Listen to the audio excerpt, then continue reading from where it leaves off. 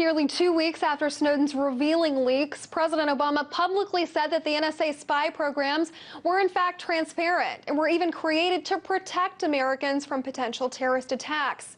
But the question on the minds of some privacy rights groups is this: can the government legally do this?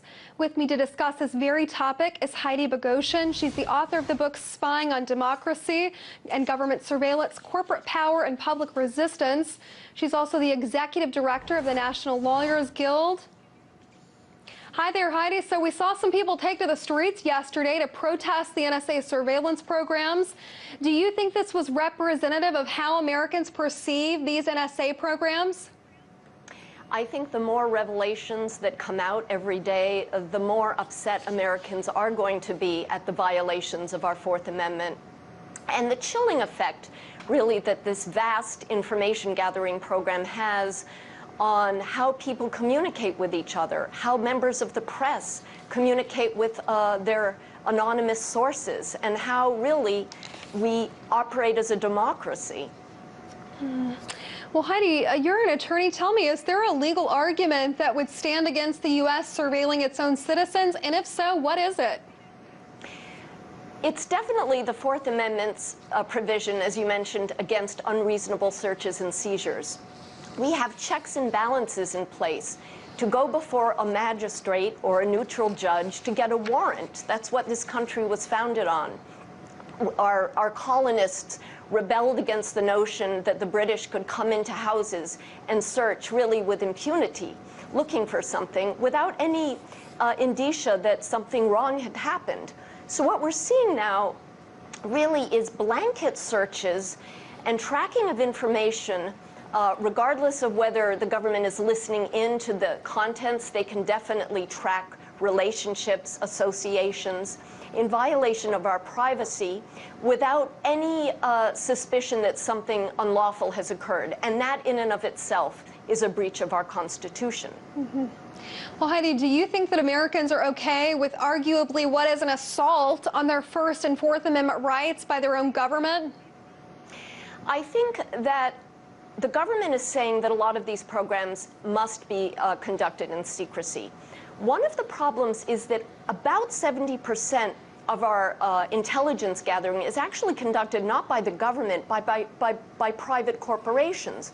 Our elected leaders have no idea, really, of how these programs operate. That means they're not accountable. And private contractors, for example, can act with impunity, probably going beyond the letter of the law because they're not being monitored by our elected officials. That is a serious problem. Obama is operating in great secrecy, classifying millions of documents, and even 2 years ago signing an executive order calling on government employees to turn each other in if they engage in what he calls suspicious behavior. That creates a climate in which people do not feel free to talk openly. And I think it also is dangerous to our security because it means that people working in government aren't free to explore thinking outside of the box to solve problems. Mm-hmm. So we're operating essentially in a climate of fear. Mm-hmm. Well, Heidi, I'm sure that you saw it as most Americans did. National Intelligence Director James Clapper first denied any government surveillance was going on. He then later apologized for making an erroneous statement. Did he lie before congressional leaders? And if so, when is he going to be held accountable? I think that all of our elected officials, including President Obama, need to be held accountable. I'm hoping that this surge of public protest is just sparking the beginning, really, of raising the national consciousness that our leaders have, in fact, misrepresented the truth or outright lied, and they do so exploiting fears of terrorism, calling even our allies in the European Union prospective terrorists, and really using that to justify this mass surveillance apparatus. So with public outrage, hopefully the elected officials will start to tell the truth. Heidi, the French newspaper Le Monde reported this week that France is employing an NSA program that's similar to ours here in the United States. What do you make of that? Well, I think that it would be naive to think that other countries aren't conducting this kind of surveillance, given the rapid developments in technology and the use of sharing information and monitoring individuals to look for potential threats. The problem, I think, with the U.S. program is that it's so massive in scope that it is, we're now aware, surveilling other countries, including allies, and that really, without sensible intelligence analysts who are accountable to the government to look at the information in a way that I don't think they can do now, given the scope of how much they're amassing, I think that we have to really take a look at how intelligence is gathered, who does it, and the role of corporations in that. Okay. Heidi, we're running out of time. I want to get to these next quickly. Americans have since learned that at least 9 internet companies submitted to government surveillance servers, including Google, Microsoft, Yahoo, Facebook, YouTube, Skype, AOL, and Apple. Is there any way for these businesses to fight back against these requests? Well, that, I think, highlights the problem that corporations are accountable really to their shareholders. So the bottom line is what drives them. The government is supposed to be accountable to the public welfare.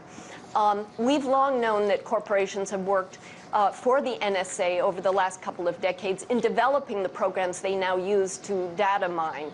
I think that, again, public outrage is critical. If people say, I'm taking my business elsewhere, we want you to change your policies, businesses should respond. Okay. Heidi, I have one final question for you. Why do you think that the narrative, specifically of our national media, is so focused on the whistleblower himself, Edward Snowden, rather than the bombshell information concerning the U.S. government has spied on its own citizens? Why do you think they care about him and not necessarily what the NSA is doing? It's a distraction because most of the media in this country, unfortunately, is run by a few large corporate conglomerates.